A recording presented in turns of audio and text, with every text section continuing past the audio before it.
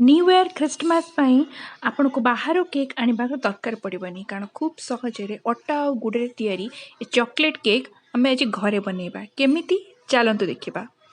Half cup गुड़ नहीं जिबा एबे से गुड़े आम हाफ कप दही भी नहीं जिबा याकू भल भाव आम फेंटी दबा जमती पूरा प्लेन हो।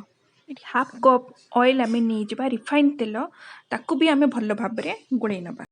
एठी मु गोटे कप अटा नहीं जाइए एबे से अटा को आम भल भाव से मिश्रण में मिसई दबा एवं ताकू भल भाव घांटा। देखो ये भाव में घाटी मिसई देला परे देखो केते बढ़िया कलर आसी एबे आम किसी चको पाउडर को से मिसई दबा।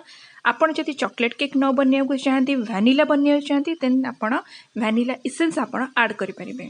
देखो एमती भल भाव आम सब मिसई दबा। एटी मु 1/4 कप्र क्षीर नहीं जाइए आपण देखिए आपण क्वांटिटी हिसाब से आप क्षीर ऐड करेंगे जमी बेसी पानिया कि बेसी काठुआ न हो केक। देखो एमती भल भाव मिसई देबे 1/4 कप्रु केकटी भल फुलवाई आ फ्लपी हाँपाई मुझे किसी इनो नहीं जाइए गोटे चामच इनो नहीं आपड़ चाहिए बेकिंग पाउडर आ बेकिंग सोडा ऐड करेंगे। एबे सब किसी ड्राई फ्रुट्स आपण पसंद अनुसार ड्राई फ्रुट्स नहीं पारे। एठी मु टूटी फ्रूटी नहीं एठी मु किसी काजू किसी आलमंड को छोट छोट कर काटिकी नहीं जाइए और किसी किसमिस को ऐड करके देछि। आपण भल भाव आपण पाखे जहाँ भी कंटेनर अच्छी आप नहीं जिबे आ ताको ऑयल रे टिके ग्रीस करि नेबे भल भाव एपट सेपट करी जमती केकटा हमर लागि। जदि आपण पाखे बटर पेपर न थाए तेबे गोटे सफा कागज रे आपण किछि ऑयल को सेमती ग्रीस करी ताकू से कंटेनर रे एमती फिक्स कर नेबे।